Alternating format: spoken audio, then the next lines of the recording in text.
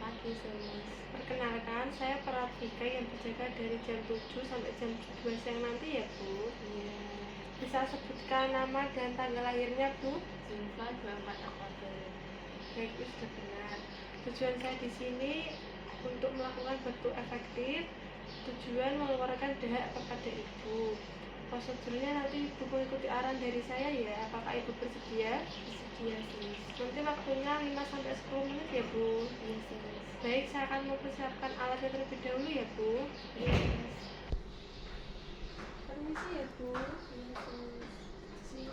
Di sini saya akan mengoperasi terlebih dahulu ya, Bu. Iya, Sus.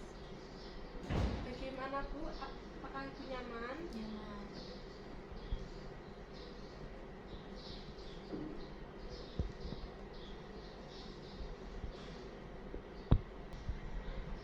Baik, ini nanti untuk tempat dahak Ibu ya.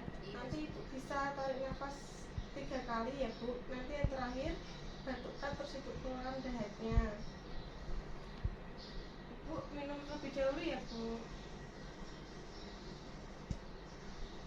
Baik, sekarang Ibu bisa tarik nafas terlebih dahulu. 1, 2, 3, sambil berpeluang ya, Bu. Baik, permisi Bu, saya persilakan terlebih dahulu.